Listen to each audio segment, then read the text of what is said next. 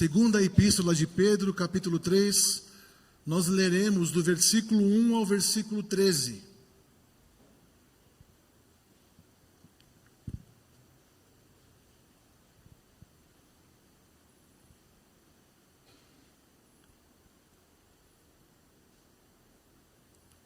Assim diz a palavra do Senhor. Amados, esta é agora a segunda epístola que vos escrevo.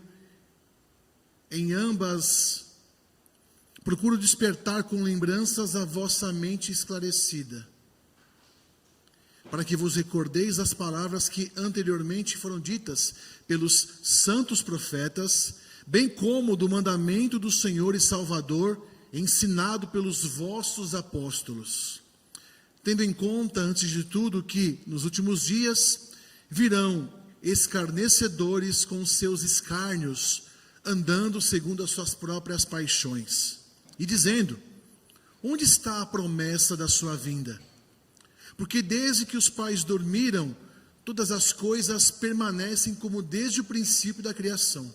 Porque deliberadamente esquecem que de longo tempo houve céus bem como terra, a qual surgiu da água e através da água pela palavra de Deus, pela qual veio a perecer o mundo daquele tempo, afogado em água. Ora, os céus que agora existem e a terra, pela mesma palavra, têm sido entesourados para fogo, estando reservados para o dia do juízo e destruição dos homens ímpios.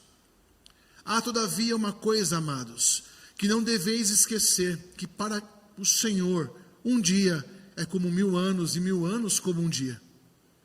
Não retarda o Senhor a sua promessa, como alguns a julgam demorada. Pelo contrário, Ele é longânimo para convosco, não querendo que nenhum pereça, senão que todos cheguem ao arrependimento.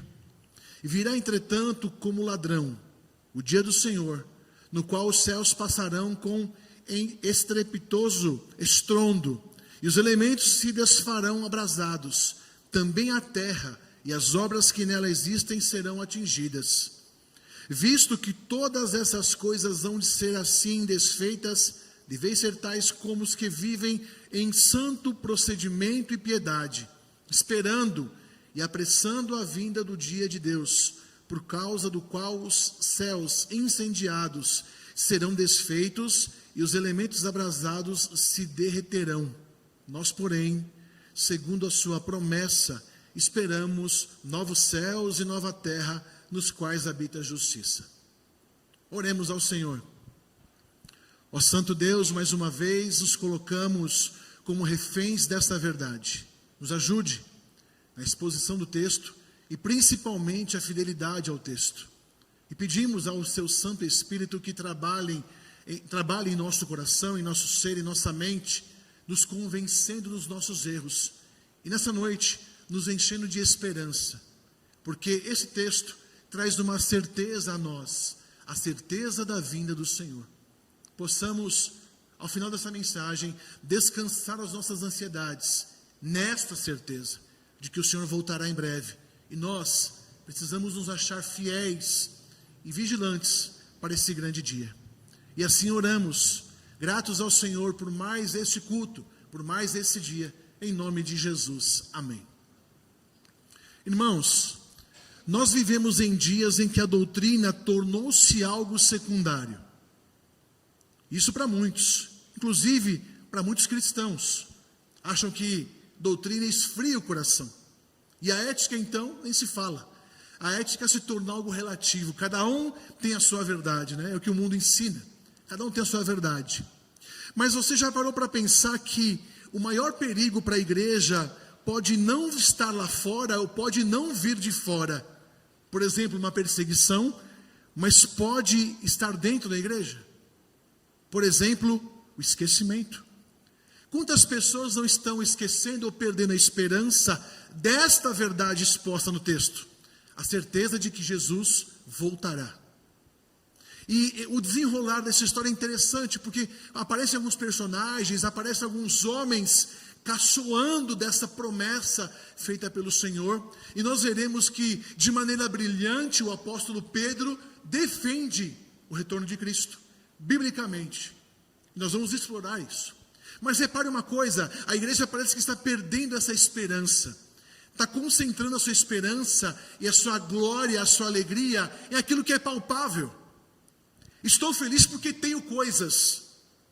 Você deveria estar feliz porque você é um cidadão do céu, porque você morará com Cristo eternamente. O restante na vida é consequência, acredite, é consequência. Agora, há uma verdade, uma preciosidade para nós, valiosíssima. Nós moraremos com Ele na eternidade. E Ele prometeu que voltaria. E aí há outro problema que o texto também explica, e nós vamos explorar. Nós queremos apressar essa vinda, né? Por que demora tanto para voltar, Jesus? Que mundo mau, tenebroso, ruim, em guerra, porque o Senhor não volta logo.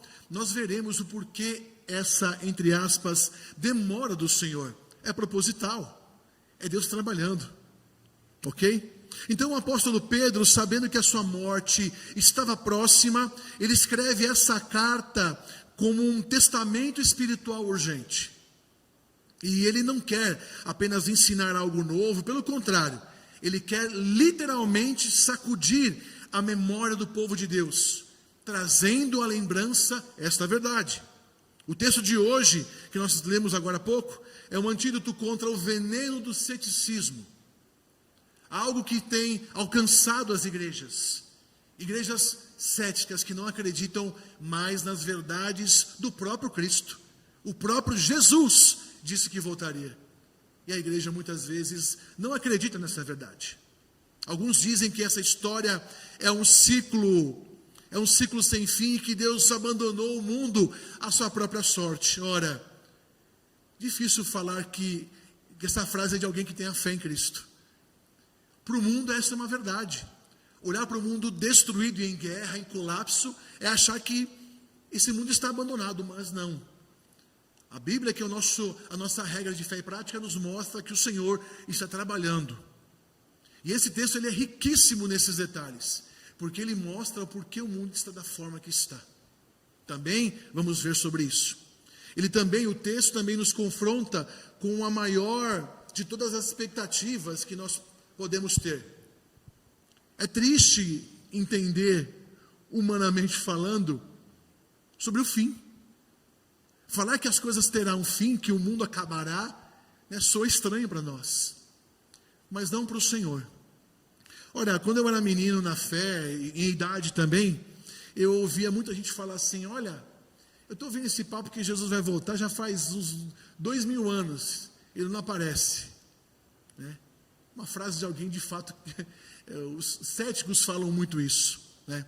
Que falam que a volta de Jesus não é uma invenção, que o inferno é uma criação para controlar através do medo as pessoas, e as justificativas são as mais diversas. Mas nesse capítulo, nessa carta, aliás, a gente está diante do capítulo final da segunda epístola, como eu falei, e ele escreve provavelmente um pouco antes do seu martírio sobre Nero, lá no ano 67, mais ou menos depois de Cristo. E essa carta que Pedro escreve, ela combate uma forma primitiva do gnosticismo e da libertinagem. Olha que maluquice. Os falsos mestres que Pedro cita aqui, eles não eram apenas hereges teológicos, eles eram antinomianos. E o que é isso? O que é um antinomiano?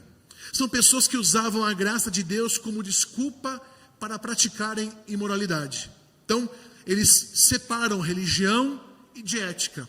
Lembra que eu falei de manhã da ortodoxia, da ortopraxia?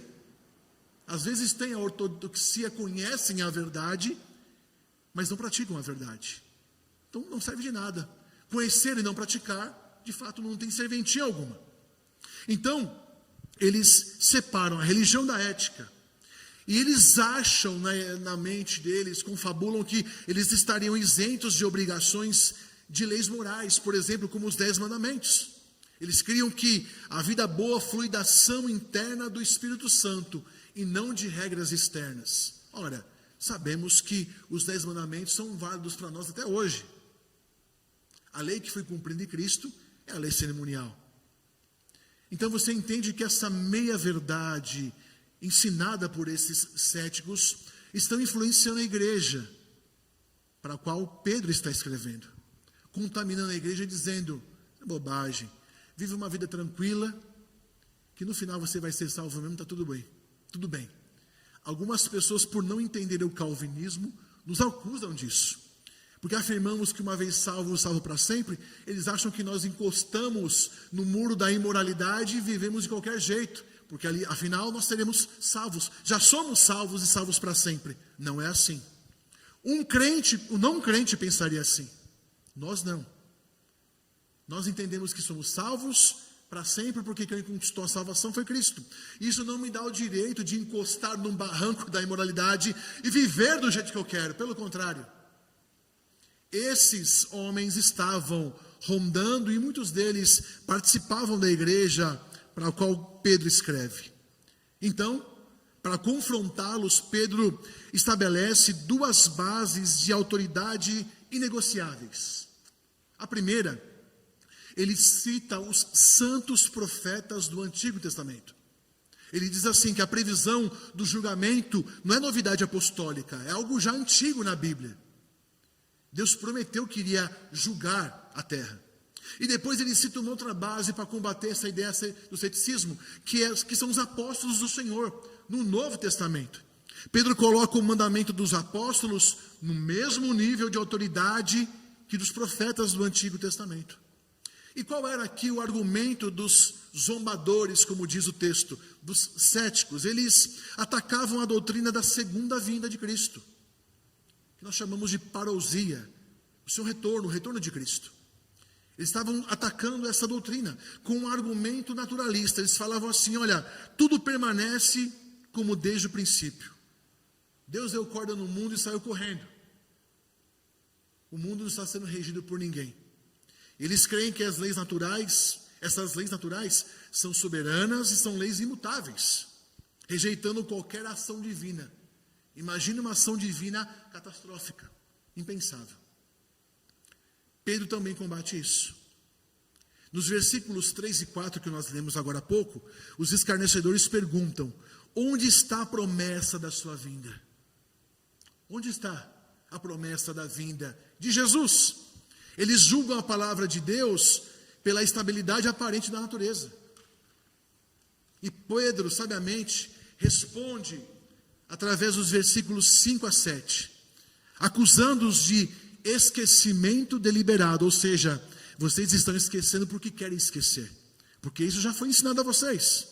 Ele lembra que o mundo não é autônomo, mas sustentado pela palavra. Ele destrói essa tese da estabilidade eterna com dois eventos gerados pela palavra, também citado no texto que nós lemos.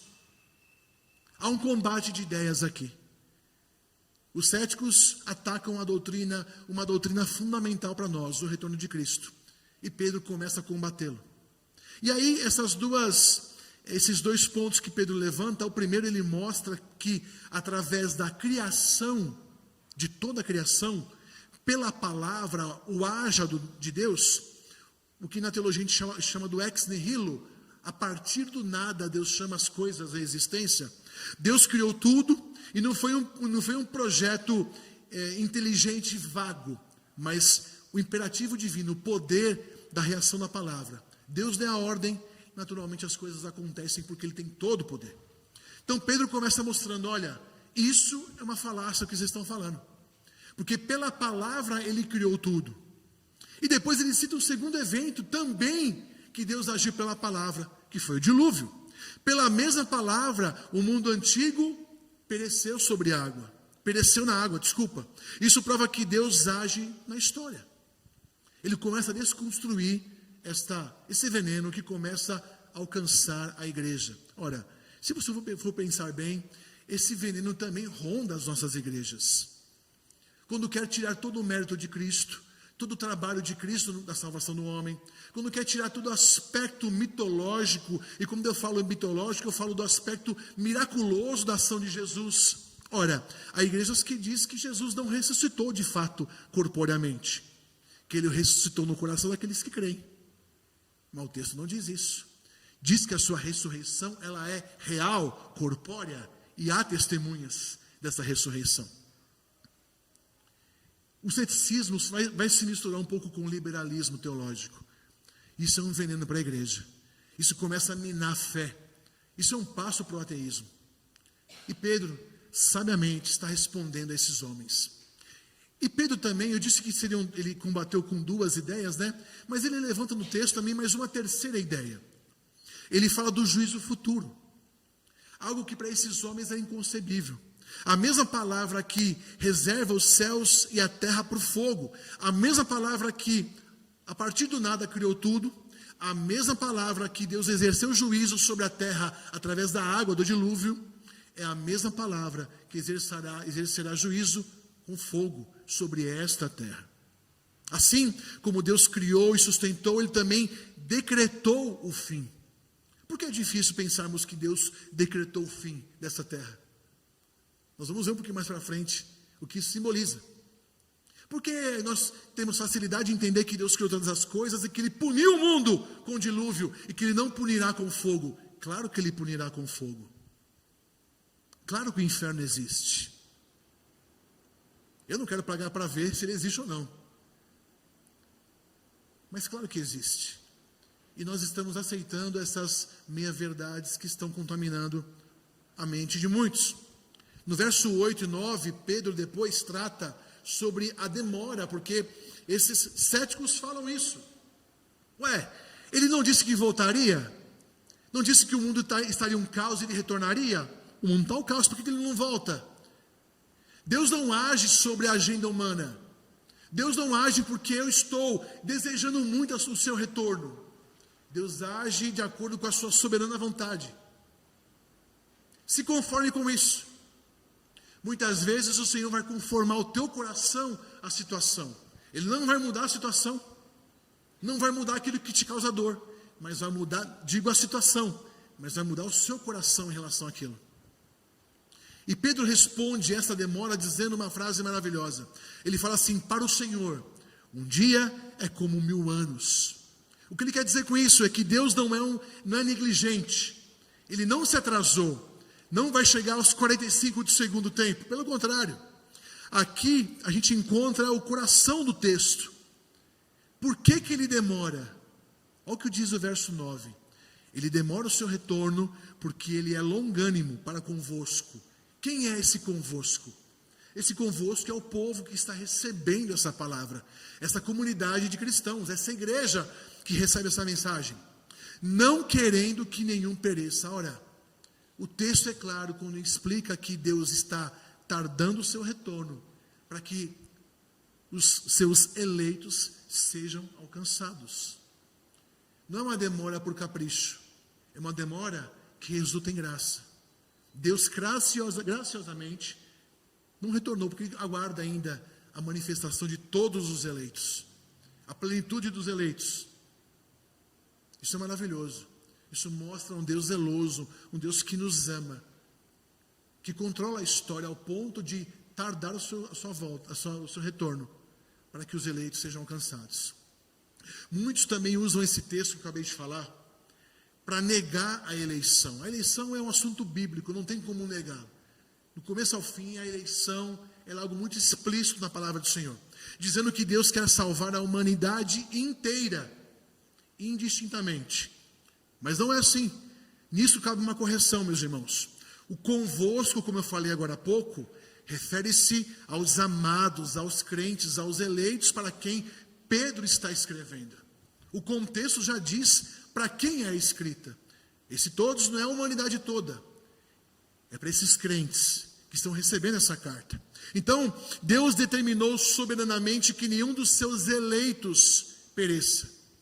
Aqui também entra aquela maravilhosa doutrina da perseverança dos santos. O Senhor nos chama, nos elegeu, nos purificou, nos justificou e nos dá condições para chegarmos até o final. E Paulo sabiamente fala: miserável homem que sou, porque de fato, por conta própria, eu não conseguiria chegar até o final da jornada. E quem te sustenta nos caminhos do Senhor, dia após dia, ano após ano, é o próprio Senhor que te chamou. Ele é quem te sustenta na caminhada. Em você não há força alguma. Nós lemos de manhã, o texto de Josué. Josué era um militar experiente, mas ele por si não tinha força para vencer as batalhas. Deus as vencia. E a história aqui continua apenas para que todos os escolhidos do Senhor cheguem ao arrependimento, meus irmãos. Depois ele diz que o dia do Senhor virá como ladrão, de forma inesperada. E quando ele fala que virá como ladrão, é quando as pessoas estão acomodadas, confortáveis, não estão vigilantes, estão despreocupadas. Talvez porque tem certo conforto, talvez porque o mundo vive um momento diferente, a economia está bem, a política sossegou, está todo mundo em paz, se abraçando, tudo legal. E de repente, inesperadamente, como um ladrão, ele aparece. É por isso que a Bíblia também nos incita a sempre estar e a andar vigilantes. Porque ele virá como ladrão. Os elementos, diz aqui o texto, se desfarão pelo fogo. E nós não devemos ver isso necessariamente como uma aniquilação total. Deus não vai jogar o universo no lixo, meus irmãos. Mas esse fogo citado aqui é um fogo de fundição. O fogo de fundição é aquele que remove as impurezas com a finalidade de redimir e renovar a criação. Desde o Antigo Testamento, Deus promete que vai punir a terra com fogo. Mas em qual aspecto? Ele vai expurgar o pecado dessa terra e irá renová-la. E aí sim teremos os novos céus e nova terra. Meus irmãos, depois de dar esse panorama do contexto histórico, do contexto religioso, você viu que os céticos atacam a igreja. O problema não estava fora, não era perseguição nesse contexto. O problema estava lá dentro. Questionamentos contra uma doutrina essencial. O que nós aprendemos com esse texto? Eu separei aqui 3 lições para a gente meditar nessa noite. Esse texto nos ensina que, primeiro, a palavra de Deus é soberana sobre a criação. Eu encontro essa lição nos versículos 5, 6 e 7. Os homens zombam baseados no que vem, mas ignoram que o universo foi criado e até hoje é sustentado pela palavra de Deus. Esses homens contemplam o nascer do sol e falam: oh, que maravilha, a mãe natureza ou a natureza promoveu. Não, isso é um decreto divino. Essa é a ordem de Deus se cumprindo. Esse é o pacto que Deus fez com a criação, de que todos os dias o sol se levantaria. E nenhum dia isso falha. Isso prova o poder da palavra de Deus sobre a sua própria criação. Aprendemos também, eu citei já agora há pouco isso, que Deus criou tudo do nada. Não tinha uma base, não tinha algo pré-criado. Ele chama à existência as coisas do nada. Esse é o seu poder criador, pelo poder da sua ordem e que pela mesma palavra já julgou o mundo com água e o julgará com fogo. O julgamento com água, nós sabemos, foi o dilúvio de fato. E o julgamento com fogo, aquilo que precede o retorno de Cristo. O mundo não é regido, meus irmãos, por leis físicas autônomas. Pelo contrário, são regidas por decretos divinos, que preserva este mundo a cada momento até o dia do juízo. Então, a primeira lição é que a palavra de Deus é soberana sobre a criação. A segunda lição eu encontro nos versículos 8 e 9. A paciência de Deus garante a salvação dos eleitos. Isso é muito bonito, de um Deus paciente. Imagine se Jesus tivesse voltado há 100 anos atrás. O que seria de nós? Nós não estaríamos lá, você sabe, né? A coisa ia desandar. O que parece uma demora é, na verdade, a execução do decreto da eleição. Esse texto também nos ensina a doutrina da eleição incondicional. Deus não quer que nenhum dos seus escolhidos, dos seus santos, pereça. De fato, nenhum deles perecerá. Todos serão salvos. Todos os escolhidos pelo Senhor serão alcançados. Deus, Ele age na história, eu vou usar uma palavra aqui para tentar expressar a ideia. Deus segura a história para reunir a plenitude dos seus eleitos, e Ele não vai encerrar essa história até que o último dos escolhidos se arrependa. Pedro está mostrando que o controle da criação, do tempo, da história está nas mãos do Senhor. E uma terceira lição que eu extraio desse texto, eu encontro nos versículos 11, 12, 13 e 14. A esperança futura exige de nós uma diligência presente. Ora, se tudo que é material passará por esse fogo purificador, como nós lemos, como nós devemos então viver nesse mundo? A doutrina da escatologia, ou melhor, a escatologia, que é a doutrina das últimas coisas, ela nos mostra duas posturas para vivermos esse mundo, que é vigilância e diligência. Ora, não devemos ser vigilantes isolados no topo de uma montanha. Ninguém é vigilante vivendo isolado da humanidade. Viveremos vigilantes neste mundo caído, neste mundo afetado pelo pecado, sendo luz em meio às trevas. E diligentes na nossa santificação. E como eu posso ser diligente na minha santificação? O verso 11 fala isso. Vivendo em santo procedimento e piedade. Tendo uma conduta santa neste mundo. Para que a glória de Deus brilhe nesta terra em trevas. Olha, que resposta maravilhosa é essa que Pedro dá. Que construção de argumento Pedro faz. Maravilhosa para responder a esses céticos, que provavelmente eram cristãos, eram homens que tinham contato com a palavra. Para eles questionarem o fato de Jesus não ter voltado, é porque eles escutaram já essa doutrina deles, dos apóstolos. Nós não esperamos, meus irmãos, o fim com terror, como esse mundo espera, mas esperamos novos céus e nova terra, assim como diz o verso 13. Por que Deus vai punir esse mundo com fogo? Porque Ele vai transformá-la em um novo céu e uma nova terra. Deus não destruirá a sua criação. Esse fogo irá purificá-lo. Ele irá expurgar o pecado para sempre. E aí sim, viveremos eternamente com Ele. Ora, onde o novo céu e a nova terra é onde a glória de Deus não será mais oculta. Todas as todas as tribos, línguas e nações verão a glória desse Jesus que prometeu, e que Pedro defende sabiamente essa verdade, que voltaria e voltará. Se você soubesse que Jesus, se alguém te falasse que Jesus voltaria daqui a algumas horas, como seria o seu comportamento até lá? Será que a gente correria para pedir perdão para um monte de gente que a gente chateou, ou então ficaria de joelho durante as horas seguintes até o seu retorno, orando e me dedicando a Deus, ou então abriria a Bíblia e a leria com vigor, com fé e com alegria, esperando? Será que é preciso desse susto de Jesus vai voltar daqui a uma hora para eu poder me posicionar, ficar vigilante e diligente? Não é preciso. Essa esperança precisa ser cultivada no coração diariamente. O texto fala claramente, como um ladrão. Eu não sei como. Geralmente, quando acontece um assalto, o bandido, ele aproveita um momento de relaxamento da vítima, não é? Eu ando de moto em São Paulo constantemente e eu paro a moto de um jeito que eu consiga ver todos os lados pelo retrovisor. Mas eu sei que tem um ponto cego, tem algum momento que eu não consigo ver alguma coisa se aproximando. E muitas vezes eu fico relaxado, eu sento e falo, sabe? Está tudo de boa.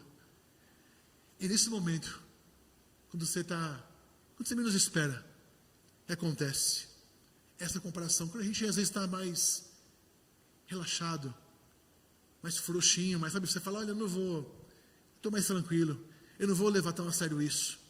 Cuidado, o Senhor que prometeu que voltaria, voltará. Lembre-se que Jesus participou da criação ativamente.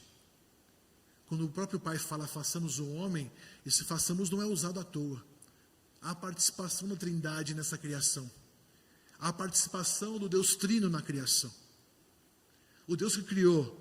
João, quando vai ressignificar Gênesis 1, sabiamente fala, olha, ele, Cristo, é quem estava lá na criação. Ele é o Logos de Deus, ele é a palavra viva. E se esse Jesus que encarnou prometeu que voltaria, ele é o Criador do universo, não mentiria. Portanto, a nossa postura precisa mudar. Nosso comportamento precisa mudar. Não podemos pensar como céticos, achando que os 10 mandamentos não servem mais para mim, porque Jesus cumpriu a lei. Cuidado, não interprete mal as Escrituras. Serve sim. Porque a lei, além de revelar a minha incapacidade de ser fiel plenamente ao Senhor, ela gera vida, gera arrependimento.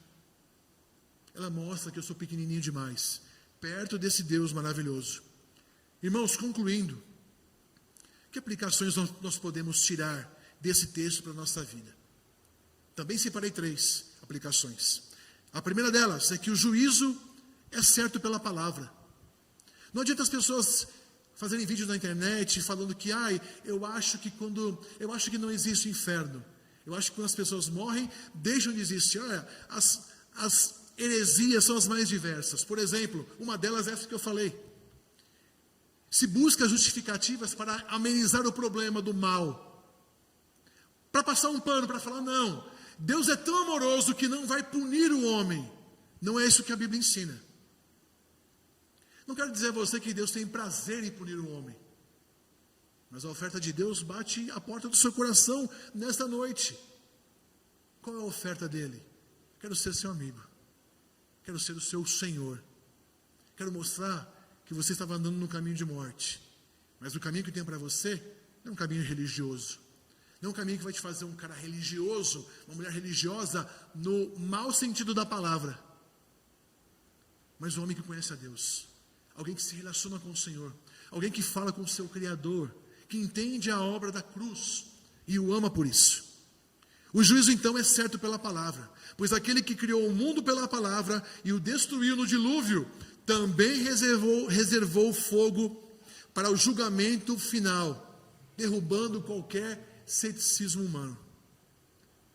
Uma segunda aplicação, o tempo do Senhor é instrumento da graça.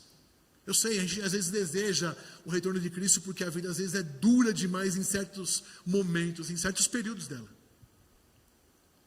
Mas entenda que a paciência de Deus visa completar o número de eleitos, e logo devemos ver cada dia a mais, não como atraso, mas como uma oportunidade de salvação. Se encerrar o dia hoje e Jesus não voltar, é porque Ele está salvando pessoas. Glória a Deus por isso. Eita, família grande lá no céu, hein? Você vai ter vizinho lá na Nova Jerusalém, gente. Meu pai. Mas o lugar é grande, tá? Não faltará casa para ninguém. Graças a Deus por isso. E uma terceira aplicação é que nós devemos crescer constantemente na graça e no conhecimento. Enquanto Ele não volta, enquanto o Rei não volta, nós devemos crescer na graça e no conhecimento, não ficando estagnados, mas sendo vigilantes e diligentes, para sermos achados por Ele, quando voltar em paz, sem mácula, irrepreensíveis naquele dia. É isso que o Senhor espera de nós. Que quando Ele retornar, nos encontre em paz, sem mácula e irrepreensíveis naquele dia. Esse é o desafio desta noite, proposto pela palavra do Senhor. Que larguemos o ceticismo, as desconfianças e nos apeguemos única e exclusivamente à sua santa palavra, porque ela sim responderá todo e qualquer anseio do coração. Eu pergunto a vocês, você tem sido vigilante e diligente na sua santificação? Ou tem vivido como se o Senhor não fosse voltar? Ou tem vivido como um cético? Já que Ele me salvou, já que eu não perco a salvação, me admira alguns falarem isso, já que eu não perco salvação, então eu posso viver minha vida. Para quem pensa assim, eu tenho uma péssima notícia. Esse pensamento é o pensamento de um não salvo. Nós, ao sabermos que o Senhor nos salvou, e salvou para sempre, nos deleitamos em alegria, e o servimos por amor. Não aproveitamos a liberdade para pecar, aproveitamos a liberdade para honrá-lo, porque que favor ele fez, hein? Mudou para sempre a sua história. Éramos condenados ao inferno para sempre, e hoje não mais. Hoje, se ele retornar, daqui a pouquinho, o veremos face a face. Ele nos chamará pelo nome e dirá para nós: venham benditos do meu Pai, para o gozo eterno, que é reservado a vocês, antes da fundação do mundo. Glória a Deus por isso. Não viva como se o Senhor não fosse voltar. Esteja vigilante e diligente. Que a Ele seja a glória tanto agora como no dia eterno. Que rendamos toda a glória ao Senhor por essa palavra e que nos ajude a vencer o ceticismo que nos ronda.